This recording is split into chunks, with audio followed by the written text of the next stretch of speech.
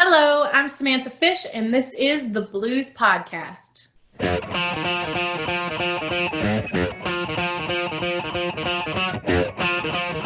Hello, and welcome to another edition of the Blues Podcast. Today's episode, it's a good one. It's a good one. I'm very, very pleased to say I am chatting at the end of this piece of technology to the one and only, the fantastic musician that is Samantha Fish.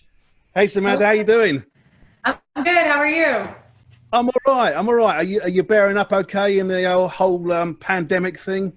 Yeah, I mean, it's totally weird. It's strange and sad and kind of freaky, but making the most of it, trying to find the silver linings. Obviously, my life was really it consisted around travel a lot. That's what I did year round, and so this has been kind of an interesting experiment for me to stay in one spot. And I think it's been good in a way, but I'm ready to get back out there. So you've just been locked down at home, kind of just hanging out, right? Yeah, but I've been productive. I think the key to finding and making the most of this situation is to just do what you love and be productive. So I've been writing a lot. I've been doing a lot of these Zoomy collaborations, which is kind of neat. Trying to prepare for something to come after, figure something out for what we do next. Yeah. Whenever that is, eh? It takes as long as it takes. We gotta, we're all in it together in a way, even though we're so far apart. Yeah. Yeah. Well, at least we've got technology, eh? I guess if this happened back in the 1970s, we'd be really kind of just twiddling our thumbs thinking, there's nothing on TV, can't go out. It's we're lucky we got the internet, right? We'd be doing this podcast over written letters or something, a really long time. Yeah, be in a phone booth, putting coins in, and that sucks. So listen, I always like to start these podcast things by talking a little bit about your early days and going right back to kind of where you started. Sure. So you grew up in Kansas City, Missouri, right? I did, yeah. Born and raised. The same Kansas City as the song Casey Lovin', is that right? That's the one. Yeah. Yeah, I was real lucky actually. It was little Willie Littlefield wrote that song originally. I recorded that song originally, didn't I? I got to play guitar with him a few years ago. He's such a great guy.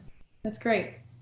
It was a great night. I tell you what, it was the fastest hour of my life, I think, just being on stage with him. It just went so quick, but time flies by when you're having fun, eh? So you started off on the drums, right? Yeah, kind of badly at it, but yeah, I did start on the drums. I picked up the sticks when I was 13, and I didn't pick up a guitar till 15, but I think me and the drums had an interesting relationship because sometimes kids aren't very disciplined, and I didn't have the capacity for more homework at the time, so I connected with it, but I feel like maybe I would have connected with it more later on, yeah. At that age, it's hard to focus or concentrate on anything, really, isn't it? It's man. I was in 20 different directions, and though I really loved music, I really connected with the guitar and singing. But drums, the drums was always so fun. But then when you actually got to go learn, syncopation and all these mathematical concepts, you're like, well, this isn't fun anymore. But it was fun, when you actually start to get the hang of it, it becomes fun, and it's a cool release, and it definitely my introduction into music and me playing. Your dad was a guitar player at the time, right? So how did you end up on the drums? Was there not enough guitars to go around or something, or is it just here's some drums, you have a go on those? I think my dad and everybody in my family kind of dabbled in the guitar. My sister was starting to pick it up, and she'd been picking up that and piano, and all of his friends played guitar, and I was gonna just be different and rebel, and I was like, I'll be the drummer.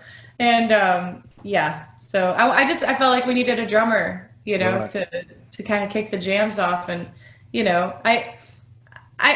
not gonna tout that I'm a great drummer or anything, but I have a little bit of skill. It's slight amount, very slight. I should probably practice more. I'm sitting right next to a drum set that's completely disheveled crap. So I played a little bit of drums for a while, and I think the thing that put me off the most was packing up at the end of the night. It's much more fun being a singer in a band rather than a drummer when it comes to packing up time. Yeah. Oh yeah. Unless you're the singer that has to bring the PA, that sucks too. But No, the drums it's a commitment, man, and it's once I have it set up in a spot, that's where I'm going to practice the drums. Whereas guitar, I think I had a little more physical freedom. I could go out in the backyard and kind of hide in the bushes and play guitar and do my, secretive little teenager kid things and Yeah. do it in private. Whereas the drums, it's just loud and it's there and everybody's going to hear you. Yeah, that's true. Yeah. Was it like an easy transition, or was it just a straight? Do you know what? I've had enough of the drums now. I'm going to have a crack at guitar, or did you just sort of drift into guitar?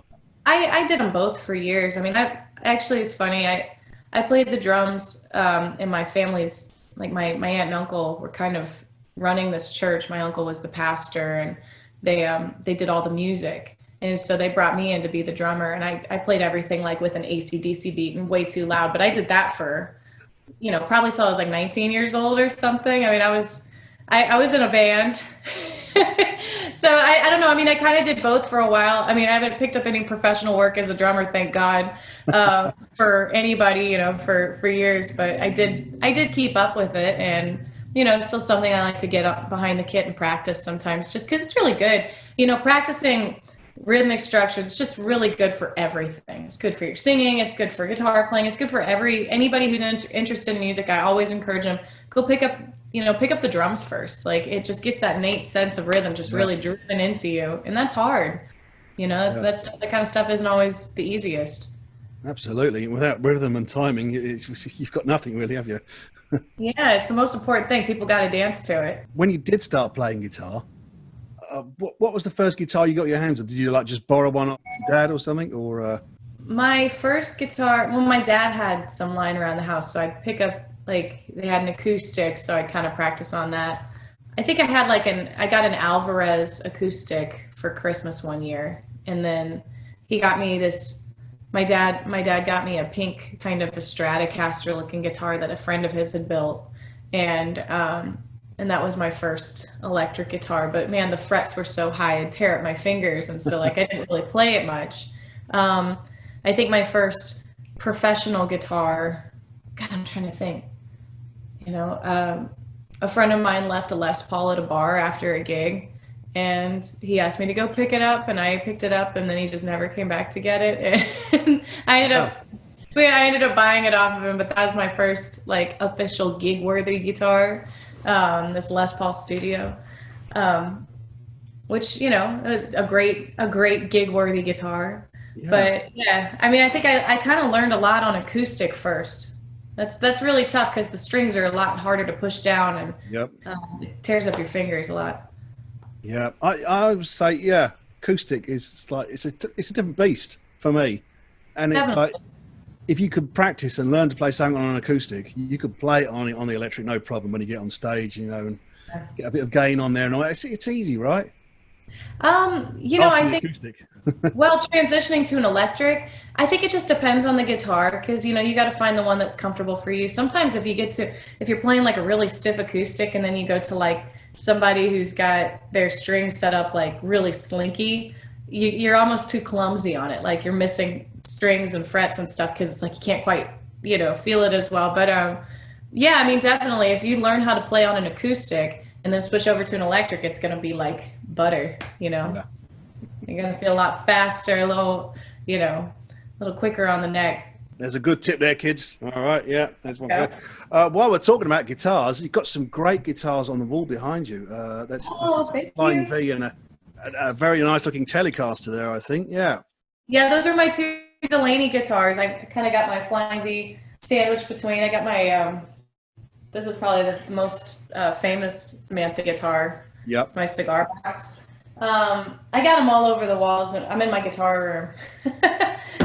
I kind of have a problem with guitar hoarding. I never get rid of anything. People are like, I get that question sometimes. Have you ever sold a piece of gear and then felt bad you sold it? And I'm like, no, because I never sell anything. I just keep it. I'm a hoarder. Yeah, see, I've made that mistake. I've sold 60s Telecasters and all sorts of stuff, because I needed a bit of cash, and now I'm thinking, I really wish I held on to that. But if you can hold on to this stuff, it's great. Have you still got that first Les Paul? Yeah, it's right here. Do you want to see it? Absolutely. It's it's a studio. So this is like mahogany, I believe. Don't quote me on that, but yeah. it was nice. really out of tune. But first, oh, not bad actually. Feels pretty good. I think I was just kind of green when I got it, and when I got a Telecaster after, like a thin line. Somebody built me this beautiful custom thin line, which is right next to it on the wall. Wow, I've got them in chronological order. I didn't even realize.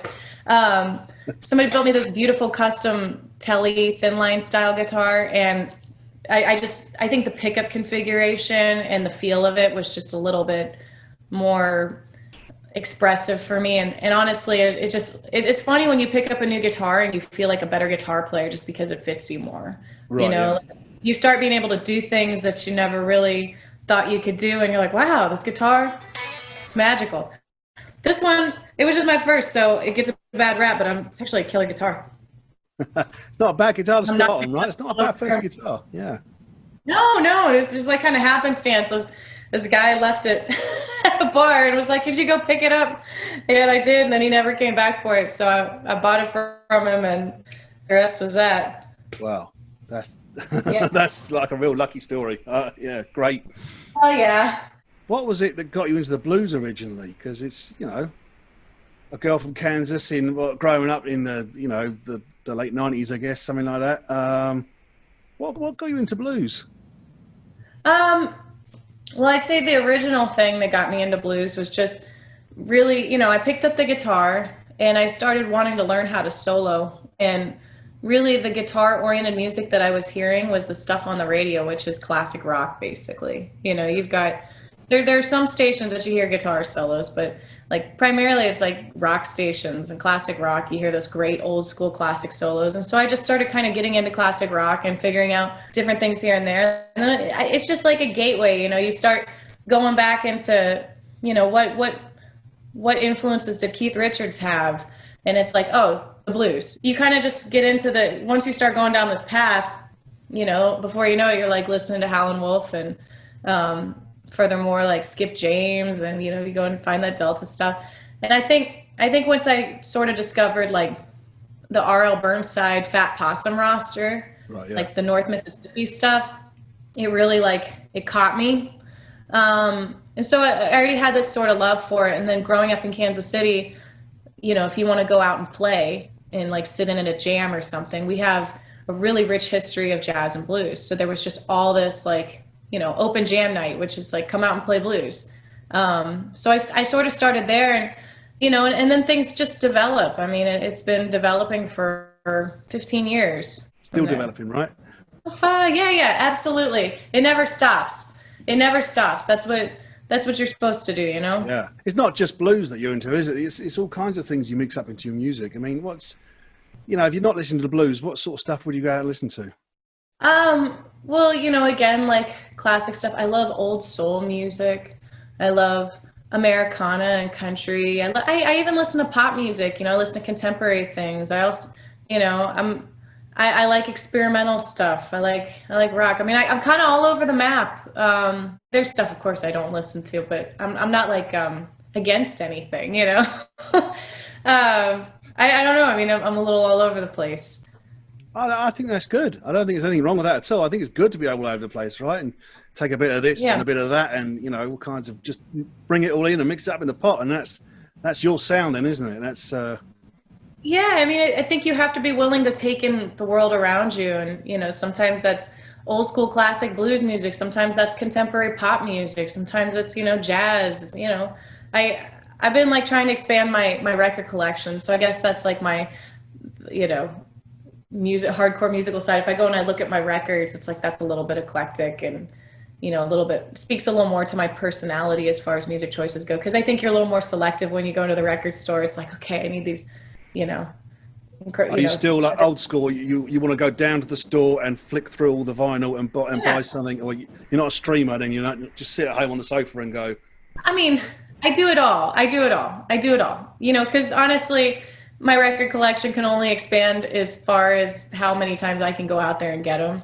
And I do. I like to go to the store and thumb through the bins and find stuff that's a little more of a personal experience, you know. And I think that, you have a better different kind of relationship with your record collection than something you just find on your phone and stream. But I do that too because you discover all this new, like I love Spotify playlists. You find all kinds of new music that you wouldn't normally have ever heard of. So I like it all. It's good. It's a good way to be in it. Just keep an open mind and see what comes through. Yes. How do you think over the years that you've been gigging, how do you think your sound has changed? I mean, it's changed in the way that, when I think back to the early days of when I was going out and gigging, like back in 2010, and just trying to do a full show, I was doing a lot of covers and just trying to kind of play material that catered to the audience. It's like if you're playing a local bar gig, it's like you don't want to throw a bunch of ballads and quiet stuff. I was like learning party time songs to get people dancing. And that was just sort of a means to an end to fill out a certain amount of time that you have to play in order to get paid. So, you learn a lot of songs that aren't necessarily like 100% who I am as an artist, but it was like a means to an end. And then, you develop your own way of doing it. And my catalog has changed as I've written more albums and done more records. But, I really like pushing the envelope with every album. I like kind of stretching and, I think the cornerstone of everything I'm going to do is going to be bluesy, but it's also going to push these other boundaries and incorporate different sounds and textures, because I feel like my job as an artist is to, create something that sounds unique to me, be an original voice and try to evolve, what I'm doing and incorporate that into the genre. So we were talking earlier about being in lockdown and, it being a great time for writing songs. Now, how's that process work for you? Is it just you wake up one morning, you've got an idea, or do you actually sit down and think, right, I've got to write 3 songs today? I wish it was that productive every day. We can dream, right? The process is different because for me, creativity ebbs and flows, and really it's kind of like a valve. You can't just like turn it on and expect it to be a completely productive day. It's something you have to really exercise and work on for it to be, for it just to be like to flow. If I'm not in the mood to write songs and I take some time off, getting back into it's harder. It's like working out, or running. It is an exercise because you're constantly trying to find inspiration in things that normally, you just walk by or pass by or, have a conversation and not think anything of it. I wish I had a set process. I've been doing it a bunch of different ways because it's kind of strange being stuck in the house all the time. We're not getting all these life-changing experiences that normally you would get to have. So it's like, how do you pull something out of nothing? And collaboration has been a great tool for me. Working with other writers. I mean, there's a lot going on in the world to write about. So I think it's just being disciplined, waking up and saying, all right, maybe I'm not going to come up with a song today, but I'm going to sit here with my guitar and come up with a riff and a melody.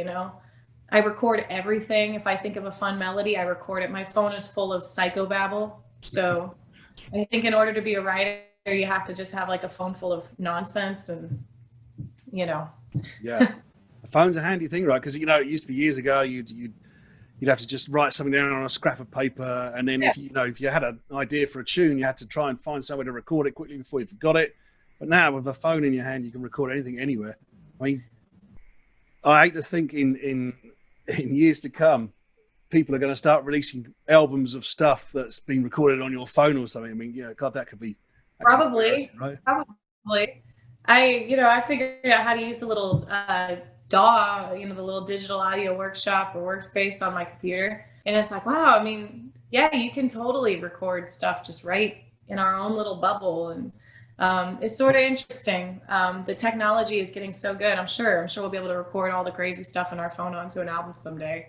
I mean, we could now if we wanted to. It's just mine wouldn't be very quality is all I'm saying.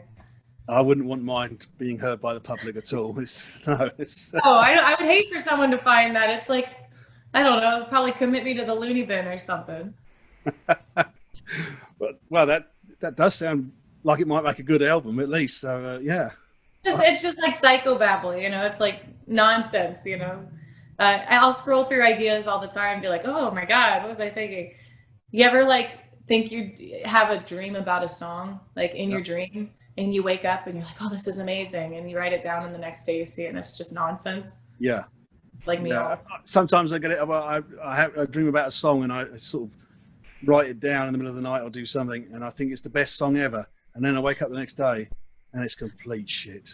Yeah, of course. It's nonsense. It's or it's someone else's song. That happens quite often. It's someone else's song. Like, oh, that's why it was so good. It's actually a David Bowie song. Oh. God. I've rewritten my own material too. Like I'll sit there and I have a riff and I'm like, oh, that was from my first album. I'm sitting there and I'm like, God, this is good. I don't think anybody's ever done this before. And it's like, actually, you did it 5 years ago and it's already been done before. But whatever. You know, there's only so many chords and ideas, right? Well, didn't John Fogerty get sued for plagiarizing his own song?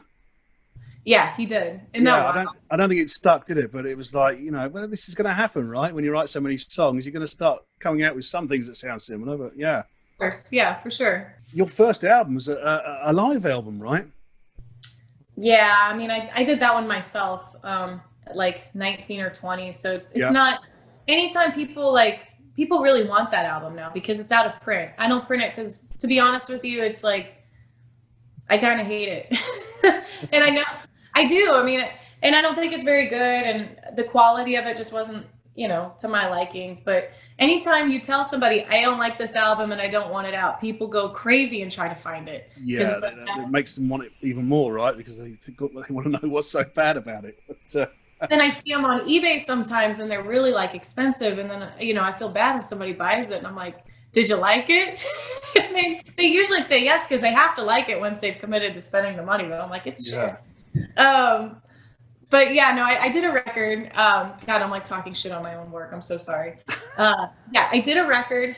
It was my first one. It is a live album at this bar, and some people love it. It's just old to me. You know, I was a baby. I'd written like half the songs. Others were covers, and it was just a live performance that we decided to record. And you know, for me at the time, it was like I was getting my business off the ground. We were starting to tour and I needed something to help facilitate this like business engine. So I was like, let's do a record, you know, have something to sell at these shows and put some gas in the tank to get from one place to the other. Yeah. Yeah. And after that, it was studio albums. Right? I mean, is that a better way of working for you? Do you like the studio, or, you know, would you prefer recording or studio? Which is favorite for you? Oh man, I don't mind a live recording. I mean, don't get me wrong. I'm not saying I hate live recordings because I think that's some of my favorite albums are live recordings because you just love the feel of the live show. Yeah. And for me, I've always felt like a live act because we play so often, you know, and so really like the show is what's really honed and tight. And I feel like the studio album is generally more exploratory, and then we go flesh it out on the road. Because I at this point now, I don't play any new songs before I record them, just because I made that mistake one time. and you learn a lot from it. But I really like the studio because I feel like I learn something every time I'm in there. I feel like I'm growing a lot. You know, you have the opportunity to kind of transform in the studio. You want to make a concept piece, and you know, if you want to evolve and adjust who you are as an artist, that's like a great opportunity to do that. Studio is quite a comfortable space for you then. Yeah, for sure. I mean, I'm comfortable live too. I don't really choose one over the other. They're just totally different, you know. But yeah, I'm getting more comfortable in the studio. It didn't used to be that way. Right. Yeah. What's changed? Just confidence, or?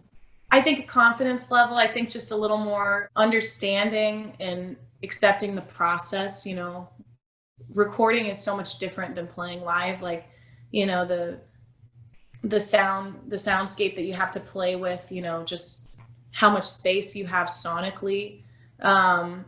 I don't know, it is just a little bit different, and I'm learning a lot about it. I think when you're like my first time in the studio, putting those big giant headphones on my ears and hearing my voice in like a very real raw form from, I don't know if you've ever been in the ISO booth, but like hearing your voice, it's like nails on a chalkboard. So I think at first that was like really hard for me to get comfortable with, and just being really nervous and second guessing myself. And now it's like, I don't know, I've had a little more time to kind of get comfortable with who I am and also learn how to relax. So there's that. I wanted to ask you about your singing as well, actually. You mentioned it. Growing up, your mum was, forgotten the word, a choir master, right? In the church? She was singing church. Yeah. I mean, I remember we'd go to Sunday services and she'd be singing in the pews, and, they'd have different, throughout the church service, different songs. And she grew up in the choir, when she was a little girl. And so she knew all that stuff pretty much by heart. So was singing just a sort of a natural thing that you did kind of thing? It was just like, it's no big deal. It wasn't something you had to think, right, I'm going to start singing songs now. I was honestly like a painfully shy kid. So singing, I've seen my mom and my sister sing, and they were so like verbose about it. They were really like big, and there was a lot of like, I don't know, confidence. And I didn't have that. I was really super shy. And so when I started singing and playing guitar, I mean, I did them both simultaneously. It was like, once I picked up the guitar, I started teaching myself songs that I liked, like, oh, I want to play Desperado by the Eagles. Let me go find some chords and figure it out. I just kind of sing to accompany the guitar playing and vice versa.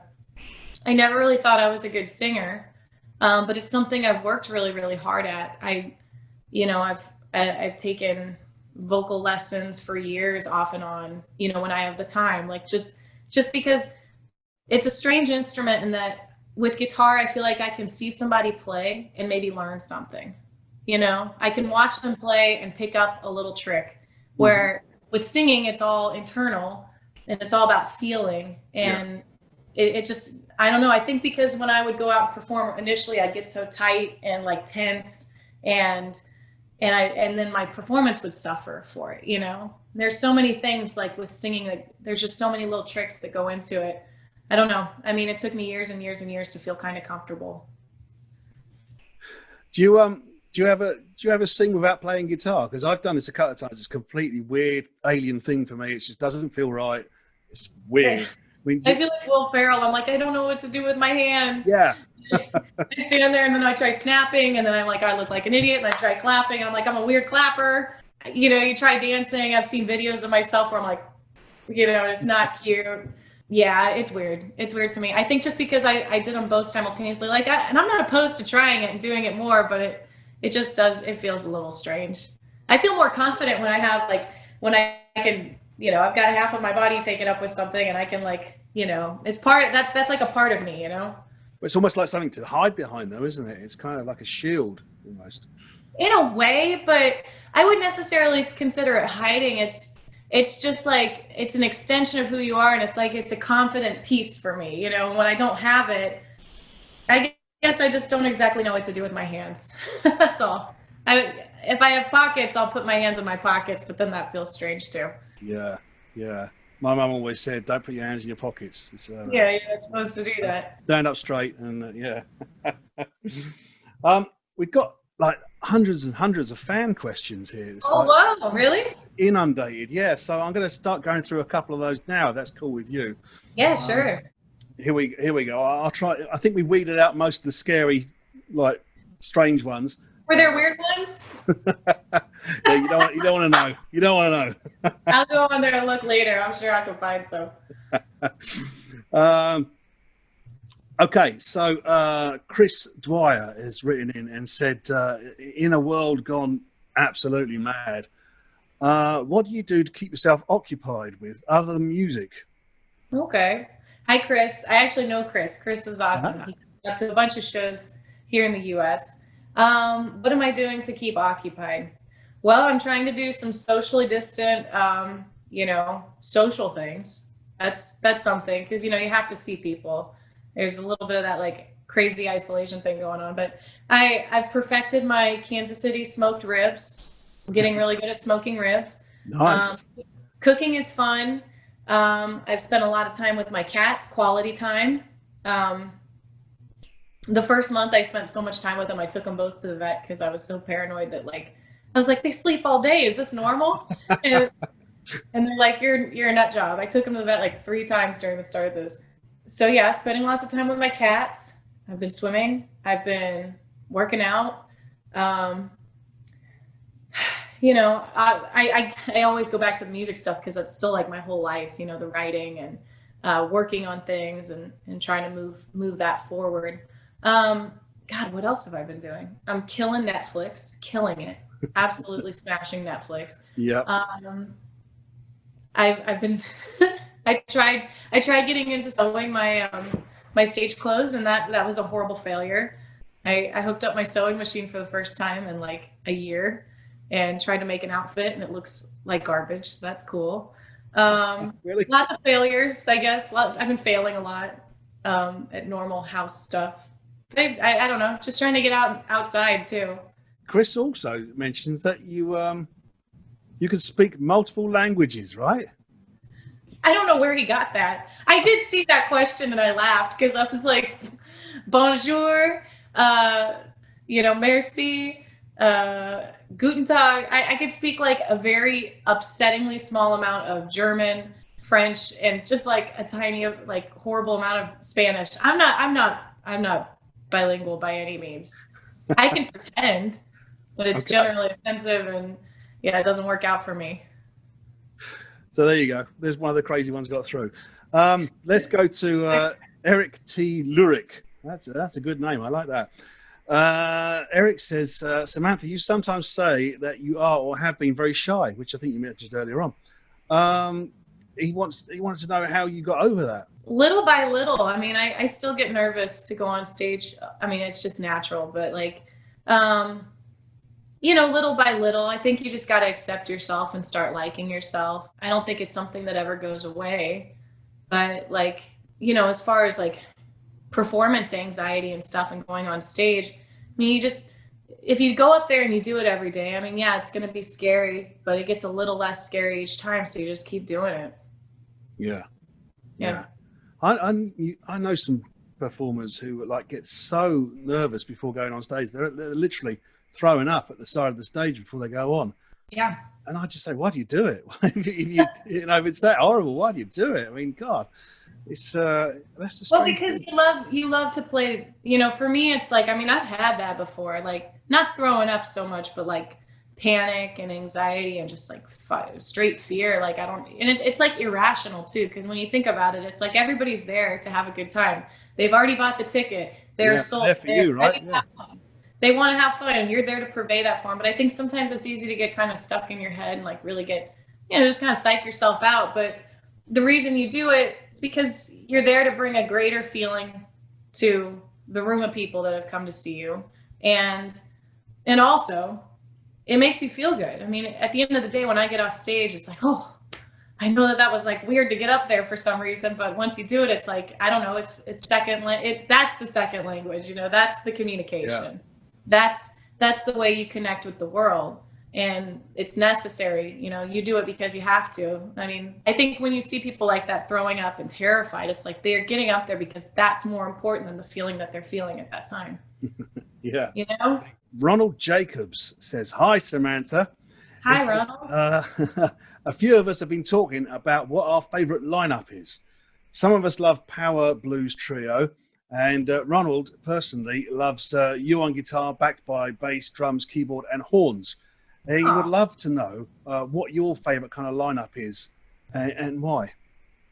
well, I mean, I did the trio for so long, and that's cool. But you know, once we started adding instrumentation, I mean, I just really liked how, you know, the guitar can still be front and center. I think some people like people who are fans of the guitar, you know, might be fearful that if you start adding instrumentation, that means less guitar. And Yeah, in my case, in my band, as my poor band members can attest, no, there's more guitar than ever. So like, don't worry about that. We still have the guitar. But what I like about adding in other pieces is that you can really build the drama and different layers and just utilize different sounds and like create like a much bigger sound, you know, which I really am into that. There is a special energy with a small band yeah, that I think people really kind of they like the idea that that much noise is being made with that few, you know, with that small of a group. So I mean, I don't know. I can find benefits to all of it. I got really comfortable playing in a bigger band. So I really do dig that because it gives me the opportunity to really express a different side of the songs that you know, that I can't quite do with the trio. Yeah. But I don't know. It's hit and miss. Same for me as well. I used to have a 6-piece band with a couple of saxes and a piano. And for my guitar playing, it gives you a lot more time to it gives your guitar playing more time to breathe. Yeah. You know, you don't have to fill every single thing because there's other stuff going on. There's rhythm section playing stuff. There's horns playing stuff. So it does make you play in a different way, doesn't it? I have played like that for a while, but it is, you said it, it's a very comfortable way of playing, right? Yeah. But, you know, if something goes wrong in a bigger band, I mean, there's a lot with more people, there's a lot more that can possibly go wrong. So there is a flip side to everything, you know, whether it's like a technical issue or an instrument breaking or, you know, more people, more problems kind of a thing. You know, it's there's pros and cons to it all, but you know, I'm flippant about it. I like it all. I like doing it all. I had food poisoning on stage a couple of times actually, and I was very glad to say that I was playing with a bigger band at the time because it meant in between verses I could go off to the side of the stage and throw up while the rest of the band kept playing like that. If I'd been in a trio, then everything would have kind of just sort of ground to just to a rhythm section. So it's pros and cons for everything, eh? Right. It's horrible to have food poisoning when you're in a trio. I've been there, man. It's terrible. It's terrible. Yeah, I've got some stories, but we won't go into that. You don't want to hear about that. Let's have another question. Now, this one comes from Stefan Thomas Lien. I'm not sure if I'm saying that right, but hopefully Stefan. He says, which albums or artists really inspire you, but are often overlooked by the blues community? Oh, okay. I don't know if Stefan's got an album out himself at the moment. You know, he's looking for a little... I always, you know, I guess the only time that I think has, you know, I'm not sure if he means like independent artists that are, you know, kind of DIY, do it yourself, or if he means more mainstream that's overlooked. You know, I guess my thing that I see that gets overlooked for blues a lot is like, I'll see like, you know, like a great guitar player, like Jack White, for instance, who's totally, completely inspired by North Mississippi, Fat Possum Roster. You know, he doesn't really, as far as I'm concerned, I don't know if he gets a lot of pure traditionalist blues appreciation. Right. And to me, I'm like, well, I can hear the pieces of it and what he's doing, and it's like, oh, that's blues player, right? Yeah.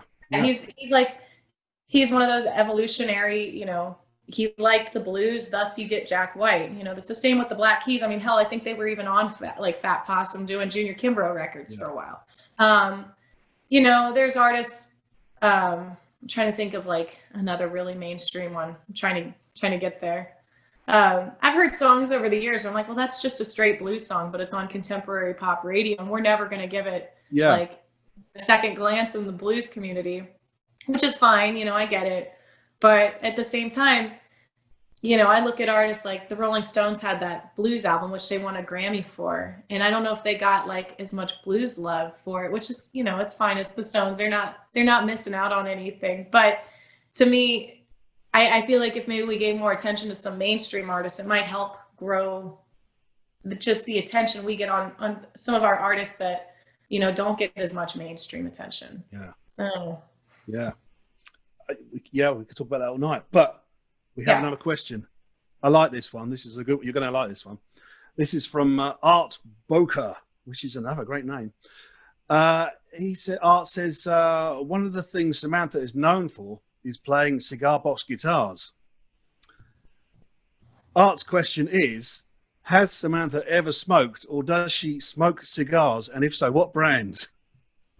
Oh, it's usually like a terrible decision for me. If somebody's like, you want to smoke a cigar, it's after I've had a couple gin and tonics, and if I agree, then it's a bad sign. I don't smoke anything on the regular, just because I'm a singer and I try to preserve this a bit. But no, I don't have a go-to brand. If I do smoke a cigar, it's usually something that somebody has handed me, and I don't pay much attention to it, and it's usually not very good.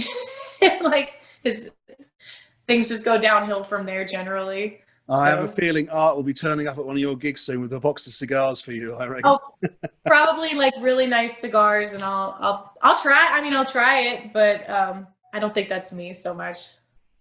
Do you have much of a regime when it comes to looking after your voice, that kind of thing? Or is it just, yeah, you know? I think, you know, when I'm performing and we're on tour and it's like a consistent night after night thing, I definitely warm up.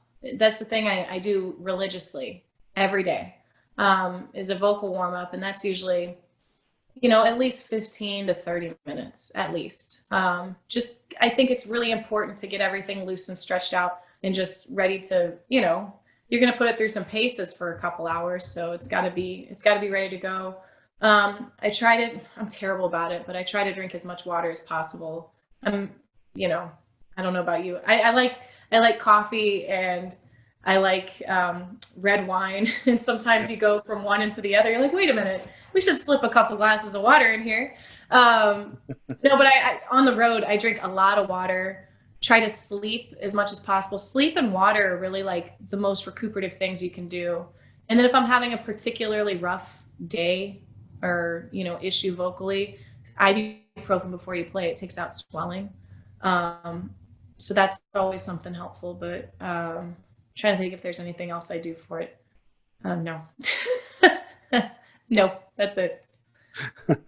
Well, it sounds pretty good, you know, what you're doing. So this, yeah, seems to be working pretty good. Tim Fisher says, if you weren't such a talented musician, what profession would you have chosen? Oh man.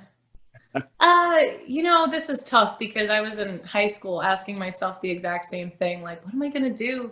And then I found music and I was like, well, I don't want to do anything else. You know, I don't know if I always thought if I couldn't play music, maybe I do something in the music industry, but I don't even know if I'm cut out for the businessy side of it. You know, it might not be my cup of tea. I mean, I did just start a label, so I would, you know, I don't know. Are we totally out of the music business? Is this like a philosophical, we are out of music?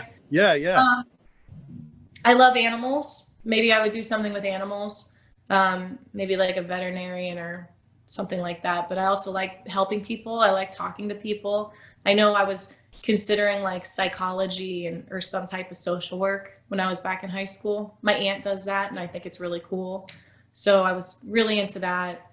Um, you know, I don't know. I don't know what I'm qualified for. I'm not really qualified for anything else. So I'm not really sure. People always say it to me, and I can't do anything else. You know, if I wasn't a musician, I don't know. I'd probably be in a dumpster somewhere. You know, just drinking methylated spirits or something. That would be my answer. But you know, so music's kind of saved me, I guess. But It's kind of a weird time because I think a lot of musicians and people in the arts and this entertainment industry in general are now having to face that, you know, reality of like, well, do I do something else? You know, it's not an easy question to ask yourself because I know everybody I know that does this, they do it out of love. You know, it's not like it's the most financially rewarding at times. You know, you do it because you love it. yeah, yeah, definitely. You don't do it to become rich, right? No. No. Anyone who became a musician to become rich is stupid, really, aren't they? Yeah. But there you go. One more question from the fans, and this one comes from Roland Tumble, which sounds like a made-up name to me. But guitar shopping or clothes shopping, which is your favorite? Well, I probably do clothing shopping more frequently. People don't generally like complain if I play the same guitar too often. So, you know, when you start noticing that, oh, you wore that same jacket last time I saw you, you're like, okay, it's time to go clothes shopping. I don't know. I'm into fashion too. You know, I'm really into like style and wardrobe and really, you know, I like to address the show from the top to the bottom. So, you know, it's the music, but it's also the whole you know, aesthetic too. So I mean, I love shopping. I love style. I mean, guitar shopping's fun, but I can't do it that often, or I'd have like a serious financial problem on my hands. So I got to go with clothes shopping just because it's more practical. Right. Yeah, but I love guitar shopping too. I didn't really want to get into the whole, what's it like being a female in the music business, blah, blah, blah, all that sort of thing, because I'm sure you've heard that a million times by now and all that. But you were just talking then about, if people come to the show and you're wearing the same clothes maybe last time, they go, that doesn't work for guys though, right? I mean, it's like some blues guy can walk on stage wearing the same suit he's been wearing for 10 years and no one will bat an eye at that. I mean, Right. Yeah, I mean, it's personally, I mean, I like changing it up. I like changing up the wardrobe. I like giving people, part of my show, it's like I want the whole thing to be like a well-rounded presentation. And I want my band to look good, and I want to look a certain type of way, because I feel like people really, they listen with their ears, but what they see affects them a lot. People listen with their eyes a lot too. And so, you can tell a lot of the story of the music that you're trying to play through like a visual presentation. So I take that and I keep it in mind. Rock and roll is a style. It's a thing. So I try to keep up, but yeah, it's a lot. With as much as we were playing last year, I'm not even going to complain now, because if I show up with the same clothes now, I got a problem. But, with as much as we were playing last year, it was a difficult thing to keep up with. I don't have time to go shopping, let alone, have a whole new wardrobe every single time. It's just it's not easy to keep up with it. Yeah. It doesn't help.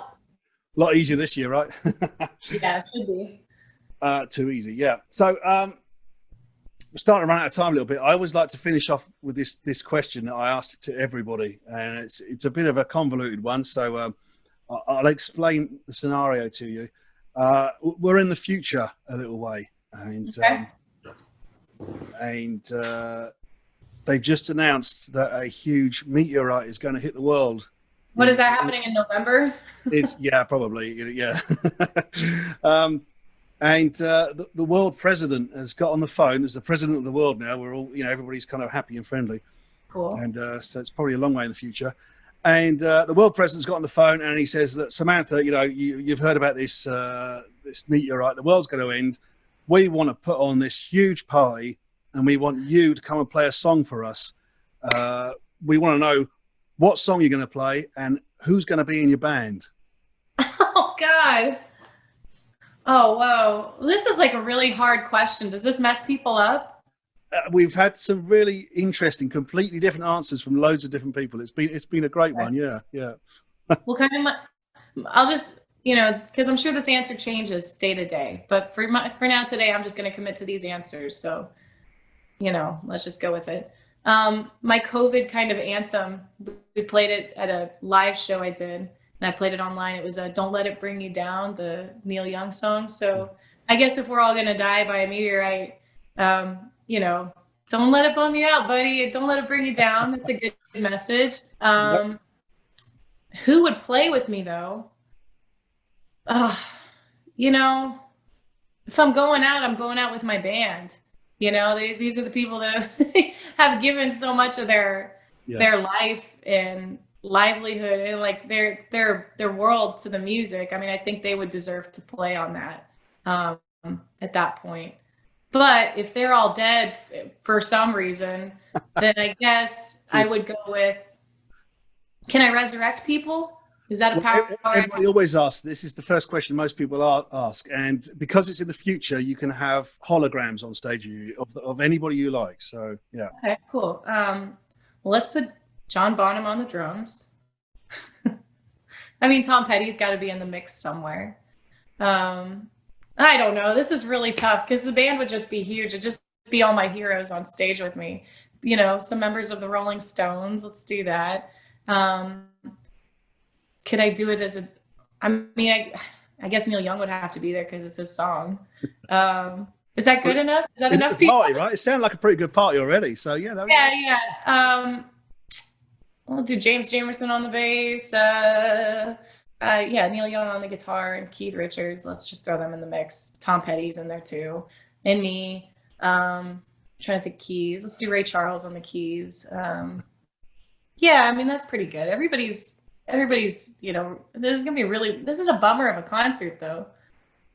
Well, it's you got to think of it as a celebration. It's a one last great great thing to go out on. I mean, I would say with a band like that, I mean, God, that's a hell of a lineup. I would be just wanting to sit down and watch that band rather than play. I'd be going, wow, you know. I probably wouldn't play it, actually. I just put them together and sit in the crowd and be like, go for it, you know? Yeah. Yeah. Sounds like a good way to go out to me.